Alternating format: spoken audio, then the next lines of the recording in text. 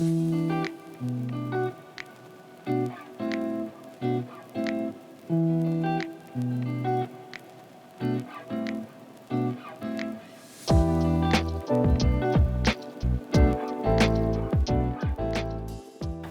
I'm Bonita Green, and I'm president of the Merrick-Moore Community Development Corporation.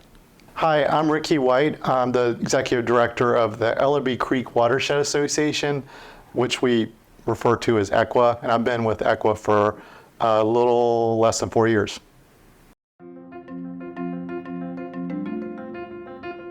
Oh, so I think it was back in 2020. Both Merrick-Moore and Bragtown were going through rezoning issues, and Vanessa Mason Evans, who's the president of the Bragtown Community Association, invited me to attend one of their planning meetings. And when I introduced myself, Ricky was there, and he was like, "Bonita," and I'm like, "Okay, okay, who are you?" So that was when we first met. Was actually during a Zoom meeting, and I think it was quite a bit further along before we actually met in person for the first time. Yeah. You remember when that was? I don't, but I do remember that I already knew about you, so that's probably why I came on really strong, because I wanted to meet you. And I think maybe the first time we met in person, gosh, it was COVID, so it's hard to... Yeah, I think it was at the garden property. Yeah, I think that was when we were just getting started on the development of it all. Right. I don't know if we had the forestry mulching done. No, I don't think we had the forestry mulching done at that point, because I believe it was you and maybe Chris that helped to mark the trees. Yes, and yeah, exactly. And another volunteer, Pete Schubert.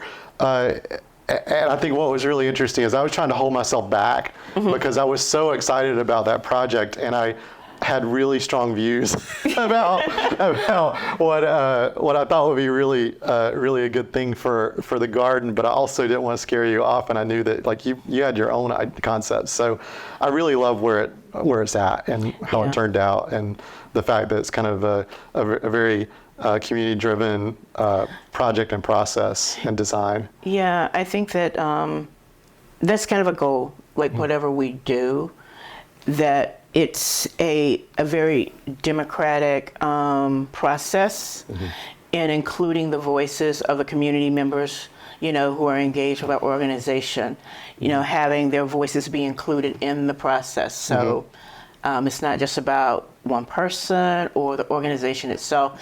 It's about the neighborhood and the people and the place. Yep.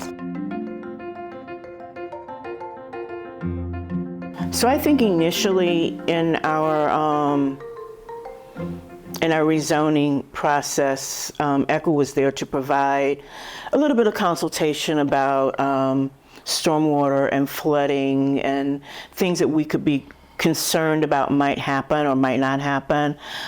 They provided a lot of good contextual information on that for us to help us, make informed decisions. And then from there, I was invited to be a part of the Watershed Academy, which was really a cool thing and very informative. Learned a lot about stormwater and controls, and from there, after that came the Healthy Homes and Green Jobs Infrastructure project, where we're working with our lowest income residents to make stormwater controls, like install rain gardens and gutters and cisterns and things of that sort, stormwater controls. And I mean, I think in all those cases, what we were trying to do, so the land trust model is often that you kind of go it alone, and you go into a community, you've already identified land that you think is of high conservation value, and you acquire it. And so in Durham, we recognize that that's not a process that builds community and that builds trust. And so we were really trying to kind of come in and help where the community wanted the help, and that was with the rezoning. and that's where we kind of started to get to know each other with the rezoning request and fighting that because the community wasn't really excited, to say the least, about the development that was slated to happen next to the community. So we helped provide information, like you said, and same with the Rain Garden and Healthy Homes Initiative. We're also a water quality organization, so part of our thing is rain garden installation, but we also recognize that folks in the community have greater needs. And so finding ways to pair what we can offer, which was really rain gardens, gutters, cisterns, with some of the more practical things that folks needed, like insulation.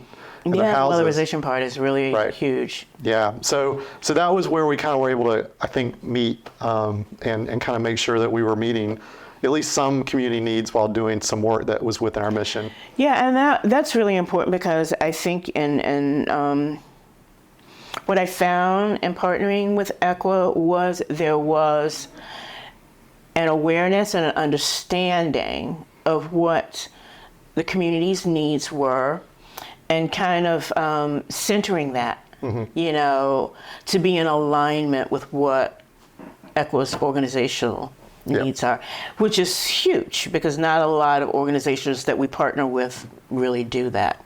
Well, and I don't think we're always, like, we're two different organizations. So there's going to be times when our missions don't align, but I feel like we've worked enough with one another as organizations that we have enough trust built that we can call each other out if we need to, if we're not being helpful to the other person and say, or the other organization, say, can you back off on this? Which I think we might have done once or twice. But I think that's been really helpful because, you have enough of a relationship with folks that you're not, when one little bump in the road happens, it's not going to fracture the relationship. It's not fracturing the relationship. Yeah, it's not fracturing the relationship. But I think, as well as that, it's just really supporting us in our quest to, own more conservation land is, for me personally, was just tremendous. It really, really was. I am so hopeful about that project. So, Benita, what you're talking about is so we went to City Council. We fought the rezoning request from a particular developer. The developer came to us and said, "Hey, this is the best deal you're going to get.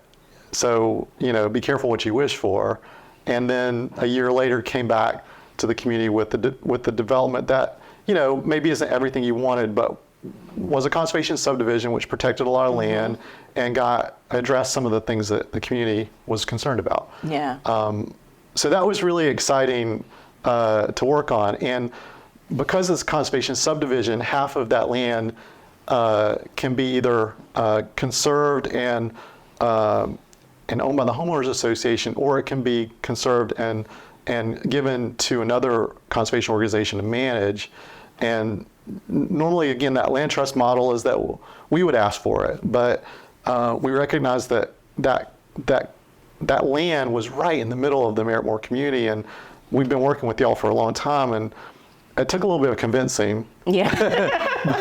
but on your on my because part. that was a lot. That's a lot of responsibility, but we're committed to trying to help find funding for the community to manage it if we can get the developer to eventually give that property to Merrick-Moore, which I'm hopeful for. I am too. I am. You know me, I kind of believe and push things a little bit to the level, so I'm confident that that's going to happen. So that's where I'm standing at right now. It's a reasonable request. Yeah, it is. And I think, again, it's like it gets back to this need for community control of real estate, especially in this age in Durham, where there's so many, not even just in communities that were established by African Americans or communities that are currently, immigrant communities, but even like the well-established neighborhoods, there are so many folks coming in and speculating from other places sight unseen, and it really disempowers all our neighborhoods when we've got a lot of people investing in something to turn a profit and have no interest in the community itself. Yeah. So we're hopeful that this kind of thing can help build more community. And I think it's important for our community and the communities that surround us as we become more and more heavy laden with industrial, and their sites they're building, they're blasting and destroying people's wells. To have a big, beautiful piece of green conservation land preserved in the midst of all of that would be really important. So thank you. Oh gosh, no, it was everybody that worked on that. Yeah, That was great. yeah. We just happened to have certain knowledge that we're able to kind of bring to these issues. That's that's what we're here for. It's important, yeah. I think initially, when we talked about it, we talked about initially keeping it private until we decided what the best usage of that land would be, and as far as making it a public space. I mean, I see hiking in that area. I see trails, a lot of like nature going on in that area. I see bird watching and birding, going on in that area. But it's something that's going to have to require getting a group of people together to go out and tour. I walked a bit of it. I haven't walked the entire piece, but to walk the entirety of it and then make a group decision on that, because my visions may not be the visions of others. So, and you've got a model for that through the planning for the garden. Yes. Because you were able to include a bunch of voices in that planning process, and that ended up creating this model. And that's another thing that's been really fun about working with you is helping introduce y'all to the Conservation Fund.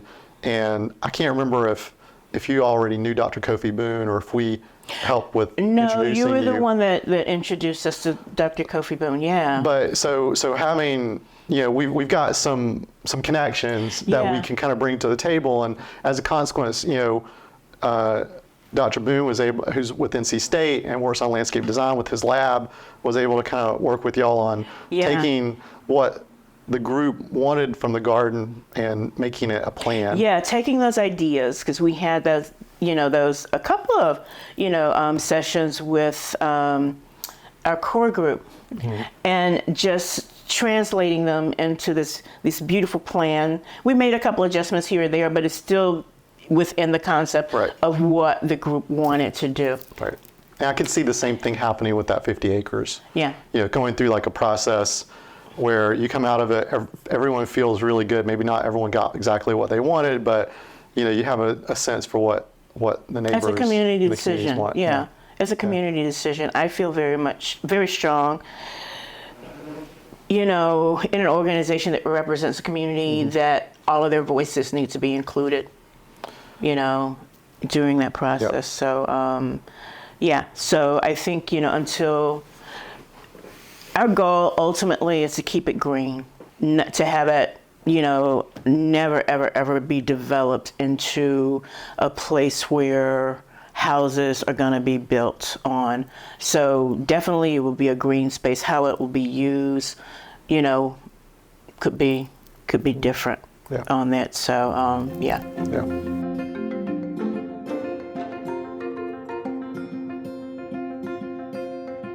We've got a lot of things brewing. So I'm not really sure where to start, but first of all, I'll say that we've been really excited to work with Merrick-Moore because we're a 23-year-old organization that was founded in two wealthy white neighborhoods in Durham, Watts Hospital, Hillendale, and kind of North Cape Duke Park. And even though we were called Elby Creek Watershed Association from the start, we were really working in the beginning in those neighborhoods, and we started working outside of those neighborhoods. And I think over the last few years realized, holy cow, we can't do this without building partnerships with neighborhoods that we've never worked with before. I mean, it's just a no-brainer to do that. But at the same time, there's no reason for those neighborhoods to trust us. and to even let us reach out to them. So I'm really thankful for Merrick-Moore for taking a chance on us and working with us and engaging us authentically, and kind of realizing that, yeah, we maybe can learn some things from each other. So that was really great. And then that started this process of, Merrick-Moore in general, but also Benita in particular, getting more involved in environmental work in Durham. You're very active with the Durham Environmental Coalition, which is something that we kind of all built together right at the beginning of the pandemic.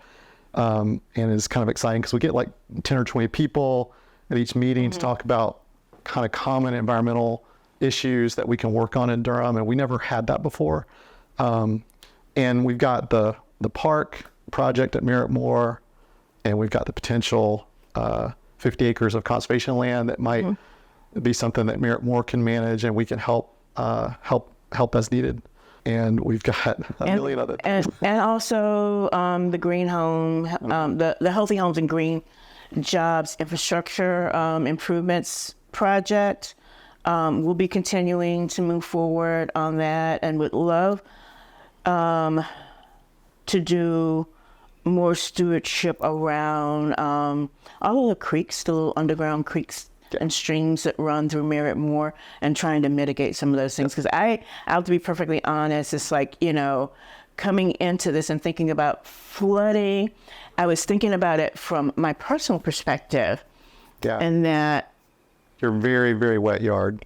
Well, initially I was thinking about on top of the hill, where my house was. I'm like, I don't have a flooding issue, not even thinking about, well, there are people whose houses are below the street.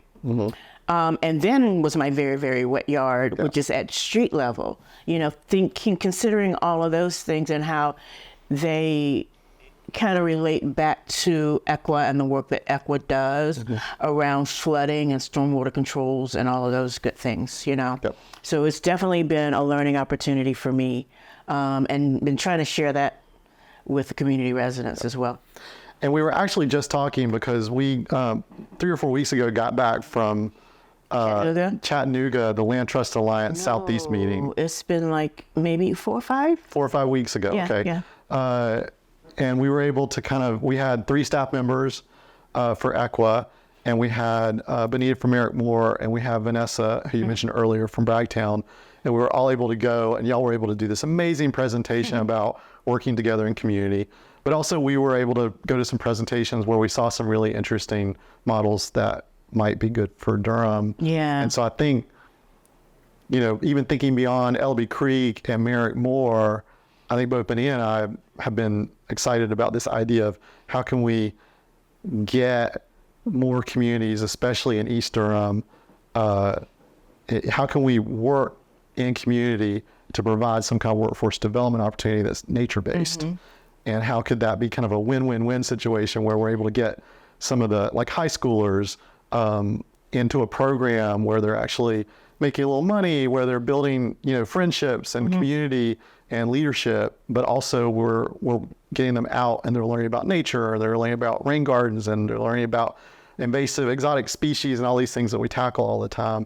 And ideally creating kind of a pipeline so that even if just a few of them, go into conservation field, it would help us with our gigantic diversity problem in conservation. Yeah. And making sure that everybody is kind of has an equal opportunity to kind of go in that direction if they want to. But I have a funny story to share about a couple. Okay, so as a kid growing up in Merrick-Moore, it was county. The streets were dirt; they weren't paved. Potholes or mud holes, and then I grew up there were frogs and tadpoles and all of those other things to play with. And the summer times were spent in the garden. I can't tell you how many times I've been chased by snakes, bees, what other kind of critters, and all of those things. And so fast forward to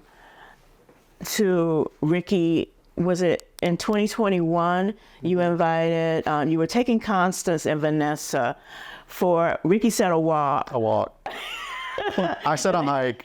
You said a walk. You said a walk. I think here in Rookery, and you said, oh, it's about 2 miles total, a mile in and a mile back. And I'm like, Sure, because I'm thinking in my mind, a walk is on a path. Well, it was a hike. I took lots of pictures and posted them to social media, and my friends were like, "You were hiking?" I'm like, "Yeah, I didn't start out that way." I thought I was going for a walk, but I went for a hike. But you know, the long of it is, I do spend like a lot of time outdoors, and like I said before, I think, you know, working in nature with dirt and soil and earth, like planting a seed. Mm-hmm. And watching it grow is a very healing process. Mentally, emotionally, spiritually, physically, it's just very healing. Mm-hmm. And it has been that for me in my life. I've farmed in a different way than the way that I grew up. I did container gardening more so than I did planting in the earth like my dad did, you know. But it's coming full circle now with this garden, and that we're planting in the ground, but we're doing it in a different way, because the property is named after my father, the Samuel Green Senior Community Garden, but it was my brother Samuel Green Jr. who taught me about hugelkultur. Wow, I didn't know that. Okay. Yeah. Cool. He taught me probably back in 2017. No, it had to be 2018. When we first started talking about getting funding, getting grants money to develop that property, you know, because initially we were thinking, what are we going to do with it? He said, plant a garden. Yeah. You know, so it was his idea I said, okay, so we talked to everybody in the community. They agreed that was a good idea to do a garden. And then he suggested the hugelkultur because he was doing that, you know, nice. On his own. So for me, that space is a very sacred space. Person for my family, but for all of the other fathers and mothers and grandfathers and grandmothers in the neighborhood, I can, whenever I'm there on that land, I can feel their presence. So I do so really appreciate, and I would say you in particular, because I think that you've brought about a really valuable change in the way that nonprofits partner with community. Thank you. I mean, it wasn't, it was the organization. I mean, it was an organization, but good. You led the organization, so, and I think you influenced that. I think we're lucky because our, you know, at ECWA, the board was really clear. You know, the board, when they hired me, was like, we really want to work in community. And I was super excited about doing that. Yeah. So it was a good fit. But I feel like. Thank you, ECWA. Thank you, board. No, it's that's really cool to hear. I think I didn't know that your brother had turned you onto it. And I think the other thing I'll say is that you mentioned kind of like gardening and planting things as being healing.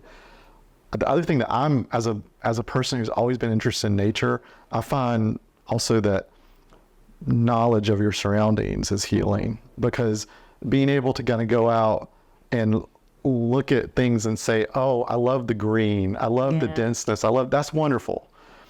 But if you can go out and you can also say, and that plant's edible over there. Yeah. And that's a blueberry. And I can come back in June and probably get some berries off of that. Or you're walking down a path and it's like, oh, that's poison ivy. You know, please stay away. Yeah. It's just, it's really cool to feel like you're comfortable being out in nature and you know what is, you know, you have your place there. And I feel like all of our communities have lost that, you know. Over time, it's been a generational thing. You know, our grandparents had to live on the land, even if they were in the city. Like my grandparents lived in a small town where I grew up in North Carolina, and the vacant lot across the street was their garden, right? You know, they didn't own it, but nobody was putting anything on it, so they just planted it. They planted it, and by all accounts, my grandfather was a great gardener, and they ate a ton of their food from that garden because they were in the textile mills. You know, they didn't have any money to buy a lot of fresh food. And I think, for better or worse, I mean, obviously there's some advantages to living more comfortably, but I think there's also some disadvantages to being like away from the land. Yeah.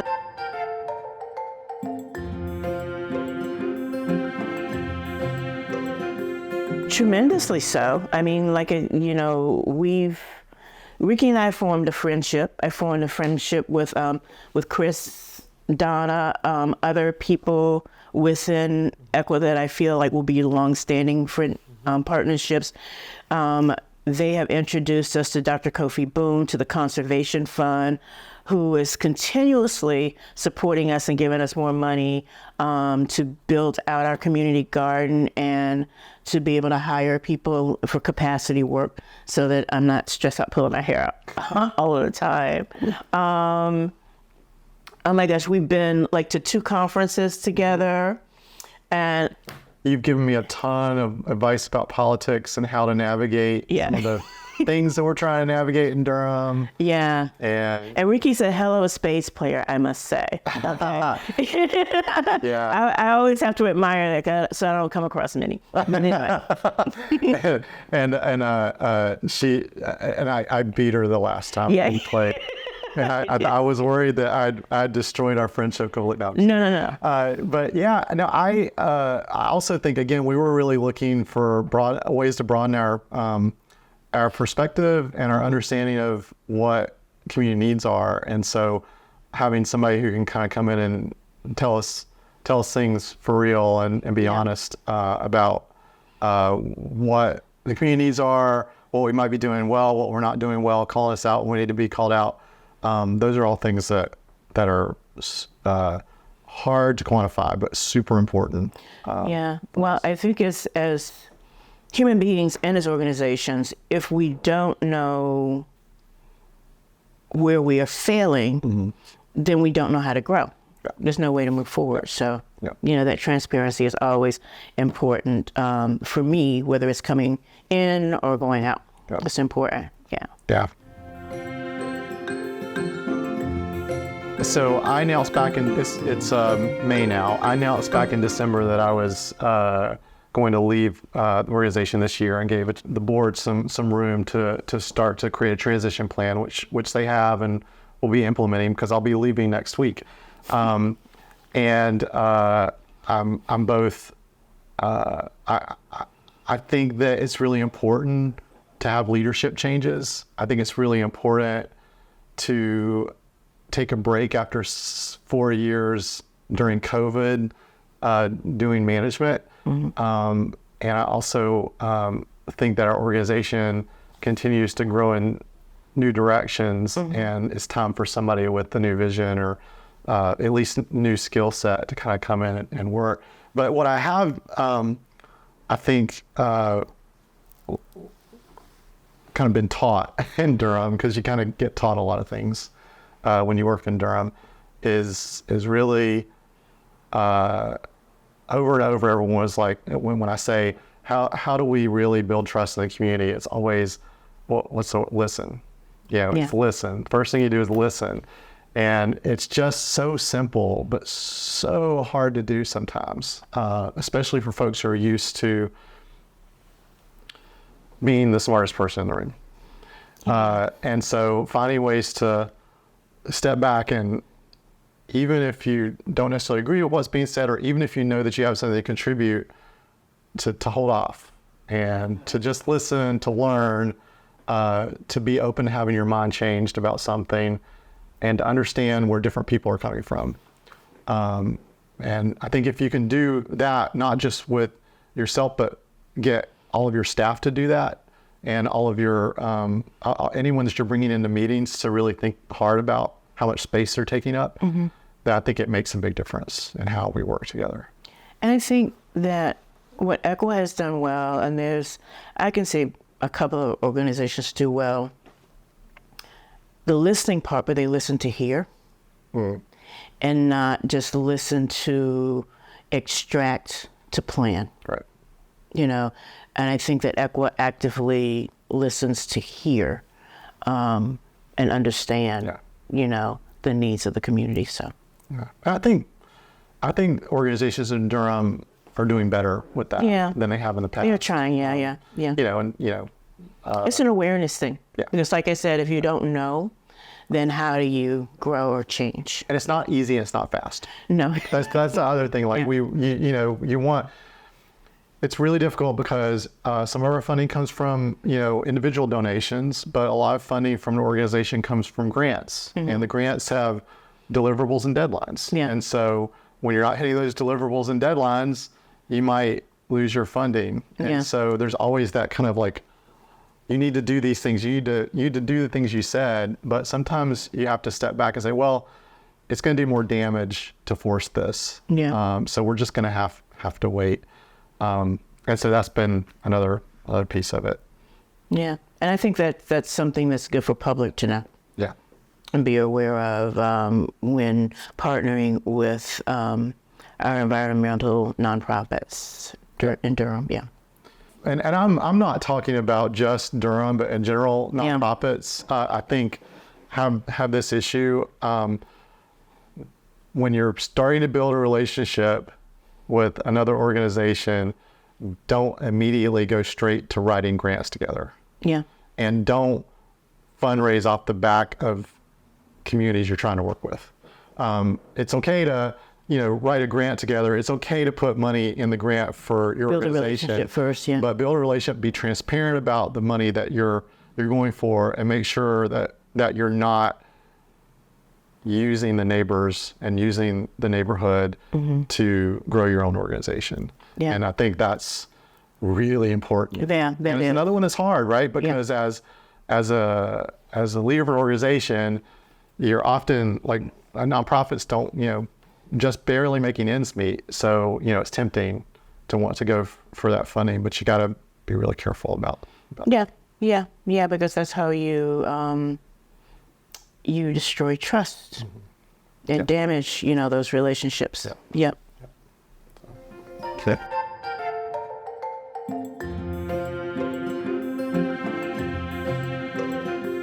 I think it has been a very easy relationship because of the fact that ECWA has listened. They've asked the questions too of, what does the community need? And they have listened, and they have invited us into their process and to be a part of their process. And so it's for me, it was learning and listening and understanding who this organization was, what they do, their vision and their mission. That was all a big part of everything. But it's been a very easy relationship to grow in because of, I think our missions kind of align with each other. And so there's not been a lot of like pull and back and forth and anything like that. Yeah. There's been a couple of like, we don't want to do that. Right. Type of situations. But it's been a very, very easy relationship to build and to grow on because our missions align with each other in, providing for the community.